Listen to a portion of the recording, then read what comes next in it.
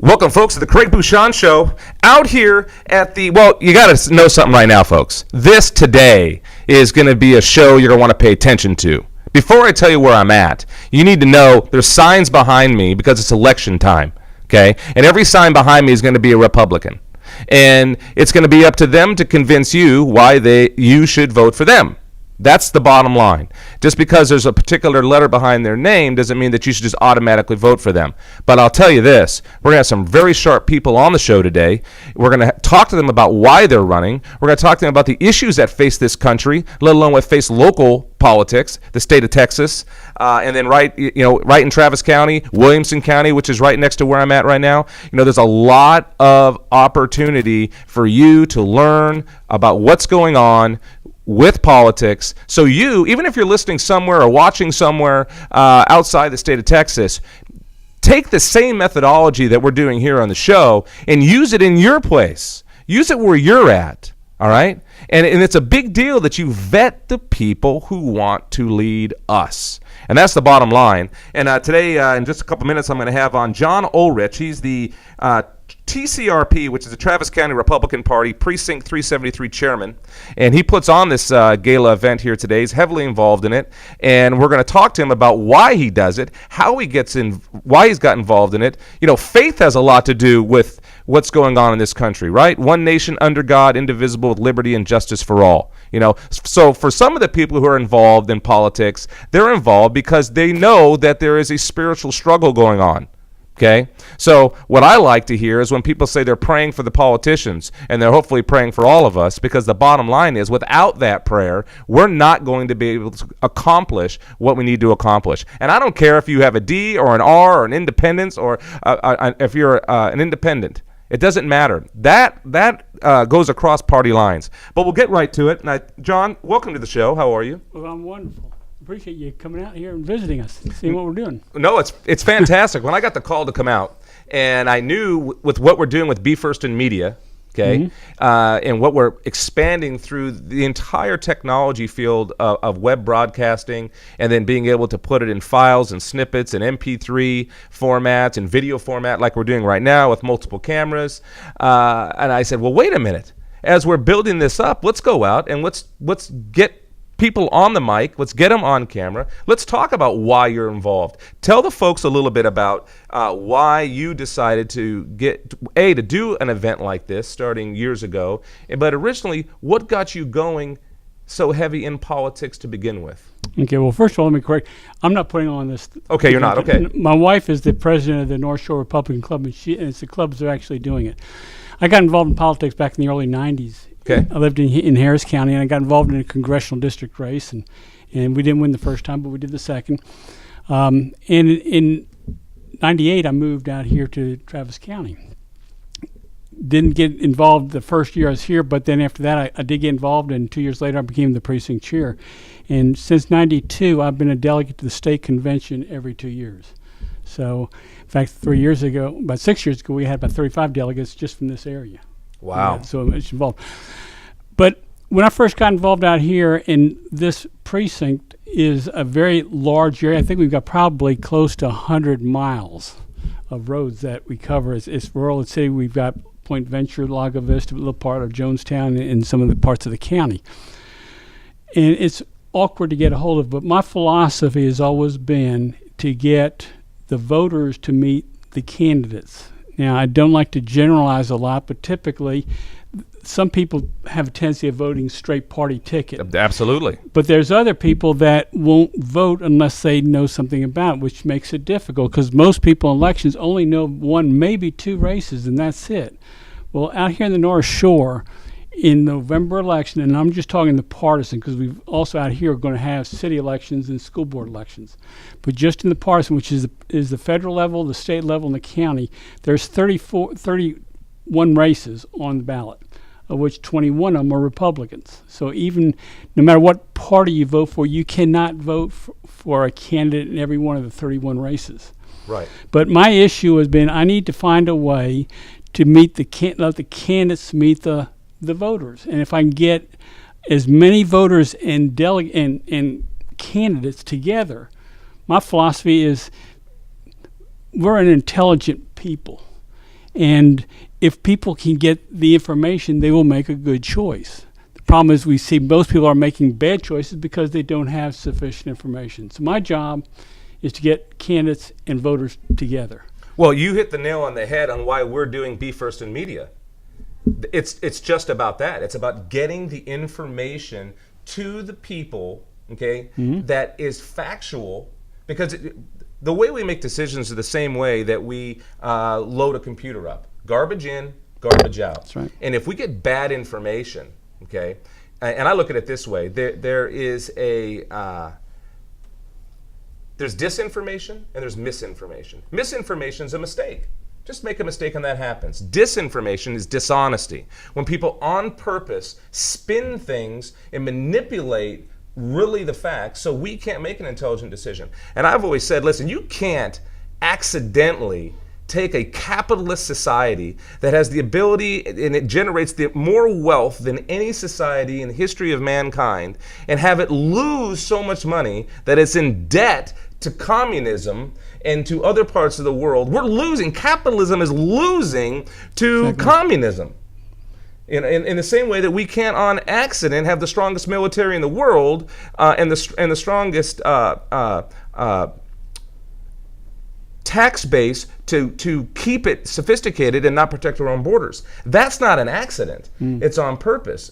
So you're 100% correct. Getting enough people in to an event, like how many people will be here at the event tonight? About 240. So 240 people. There's a whole. That's our capacity. That's why that's maxed out, right? So we could actually set up some forums outside and put some video cameras and some so people could simulcast from inside out. And that's, really there's nothing wrong with doing that. But the fact of the matter is getting those people out here and letting them hear from the candidates, okay? But at the same time, we have to filter the candidates by asking them difficult questions. Because just because we give them a stage doesn't mean they're going to do exactly what they say they're going to do once they get elected in office. One of the issues I tried to do, my wife got involved in politics after we got here, and she didn't want anything to do with politics. So I got her as a state delegate, and after come back from that, the Lord kind of spoke to her and says, if not you, who? And if not for you, what about your grandkids? So with that, she started the North Shore. At that point, it was a women's club, North Shore Republicans Women's Club. But our whole thing has been we do not want to be degrading candidates. Right. They do enough of that on their Sure. So our issue is we need to find out what people stand for, and we need to be coming behind candidates, and we need to be voting for candidates, not voting against. My feeling is when people are voting against a candidate, most likely the person they vote for ends up being worse off than the person that they voted against. Well, there is a delicate balance that we have to walk as citizens to make sure that when we elect, let's say, a state rep in, a representative in, and they come out to the districts and they walk the streets and they shake the hands and they kiss the babies, and then some refuse to come back out. They never go out to the community again. That's a huge problem because they lose some. We have to be mindful that some politicians are going in to become politicians, to stay politicians. That's an interesting thing because I have a concern. A lot of people say they're against Republicans or they're against Democrats, and I say, can you be specific? And what the issue is they're not necessarily opposed to a party. They're opposed to a specific person who's holding an office. Sure. Okay. One of the things I found out that most candidates, most elected officials do not know what the party stands for. To me, that you have to separate the party, which is the grassroots people and the platform, from the candidates. Because what politicians do is they use a party to get them elected, and then they go off and do their own thing. But if you look like, for example, in Texas, at the statewide races, they're basically all Republicans. Travis County, for the most part, it basically is all Democrats. Just giving that piece of information, and you want to run for a state office or you want to run for an office in Travis County, and you know what that is, that tells you what party you have to file with. If you want to run for state office, you file as a Republican. If you want to run in Travis County, you file as a Democrat. Because if you win the primary, you're going to be elected. So it's not about what you believe. that's just using the system. Well, it's like Ted Cruz who's behind us. Big Tea Party move. You see a sign behind me, and it's Ted Cruz, went against a lieutenant governor. The biggest upset in Texas politics ever. I predicted it over a year ago that it was going to happen. And a lot of people within the party said no way. And some pretty influential people looked at me and thought I was crazy. And what I believe people are underestimating is the power of the independent mind and the independent thinker, the citizen. When they really get serious and they really band together, there is a wave that happens, and that's why they call it the Tea Party wave, for example, right? Well, but in the end, Ted Cruz is a Republican running on the Republican ticket, and he's probably going to win now. I mean, I don't think anyone on the Democrat side is going to beat Ted Cruz. Not saying it can't happen. We all have to vote. I don't mean that. But that's kind of a shoo-in, if you will. But that's not. That doesn't mean that domino falls the same way for all the way down the list. You know, the bottom line is that each individual candidate runs for a reason. Okay, we'll find out if Ted Cruz is going to do what Ted Cruz says he's going to do. I've had him on the show multiple times. I don't have a crystal ball. None of us do. But you make a very, very valid point, and you're pushing very hard. You, your wife, the TCRP, you know, putting on events like this out here with the North Shore Republicans. And again, folks, NorthShoreRepublicans.info. Go to NorthShoreRepublicans.info. Check out what they're doing. And again, you're watching the Craig Bushon Show on BeFirstInMedia.com, and it's also linked through the Craig Bushon Show, so you can find multiple ways to see this. This will be archived up, so this will play on and on and on, because the key is what you're saying here doesn't just stand for this election. John, this is the type of stuff that has to happen all the time. Right. We need to vet the people who want to lead us. So what are the things that, what are the challenges facing the Republican Party right now? What do you think that they need to do to fix the issues that we're dealing with in this country, which are major?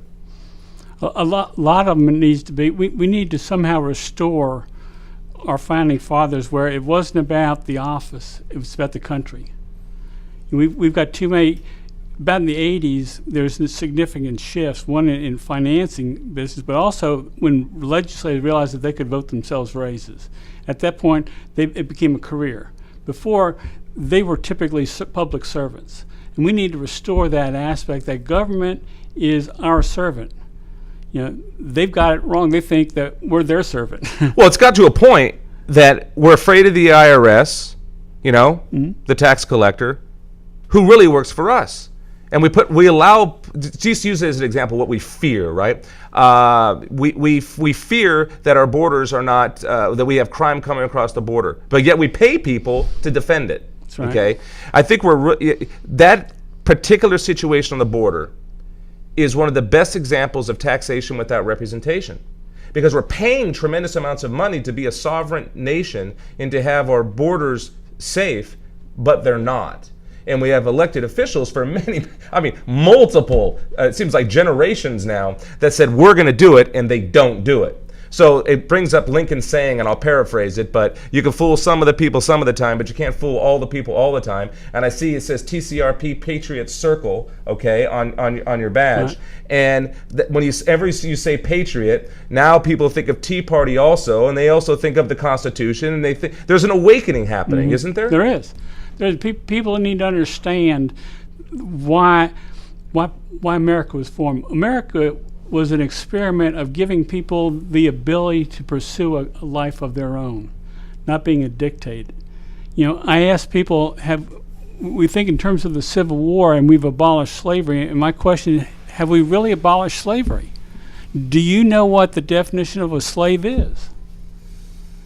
I don't think we've abolished it. We've gone through the appearances of doing it, but a slave is someone that is being told what to do. Is told what they have to when they have to get up, when they can go to the bathroom, where they have to work, what they can do, what they can own, and what they can. I mean, that's slavery. And every place I look in America, I see slavery. I think you make a very valid point. And what's so interesting about that, to say the word slave automatically brings up, people, makes the hair raise on the back of a lot of people's necks, because it's a very delicate subject for black people, for African Americans, for example. But part of that is by design, to never allow that to go away, to constantly, fanning the flames, to be a rabble rouser. Part of the power of politics, by my opinion, is that some in politics want to stay in power, and that's by divide and conquer.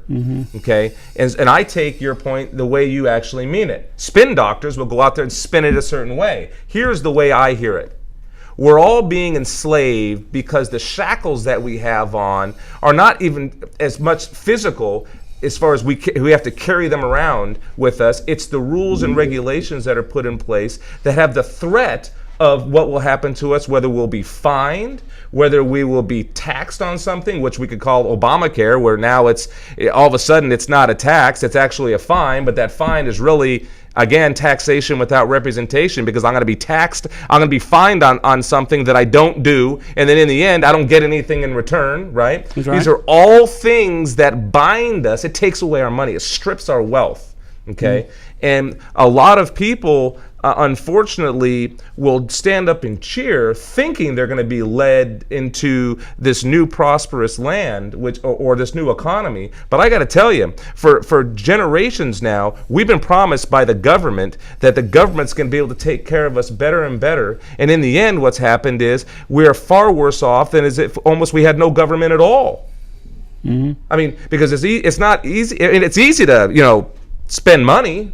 It's easy to not, to just spend it and not worry about where it's going, and that goes back to the point. We're $16 trillion in debt now. We have far more than that in unfunded mandates, and there's no relief in sight, okay, unless the people out there pay attention to what's going on, slow down enough to really vet what people are saying to them. And there's a saying, once bitten, twice shy. I can't see how someone could want to be part of a party that constantly says that they're a party for the people, and in the end, those people are always enslaved, entrenched, shackled by waiting to see what their next welfare check's going to be and what that next raise is going to be, or where Wix you're going to get a better opportunity at Walmart because you see a new Wix sticker on a new product. I mean, that's the way I see it.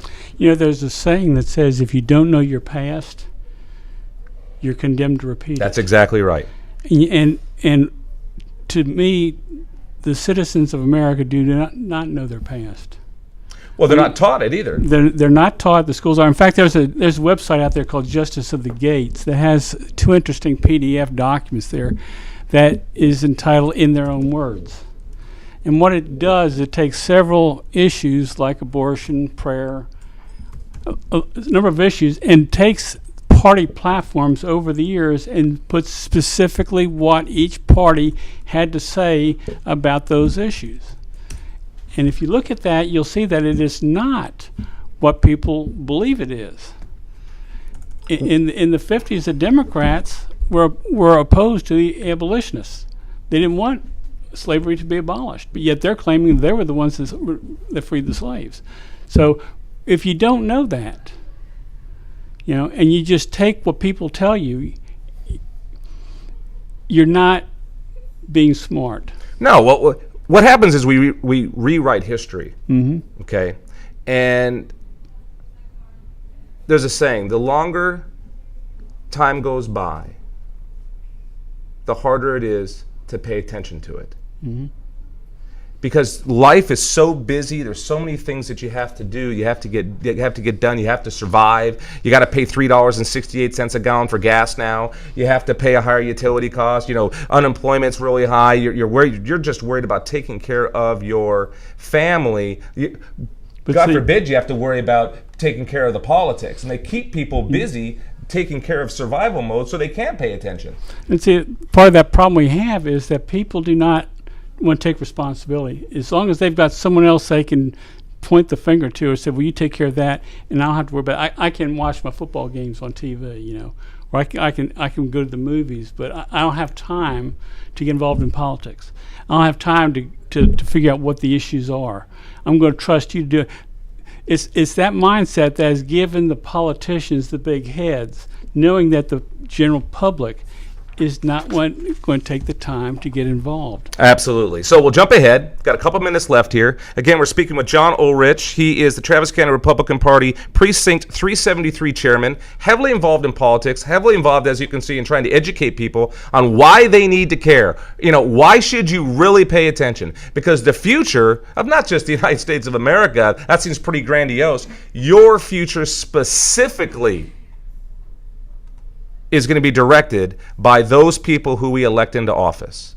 And information is power. And again, we're out at the North Shore Republican Club.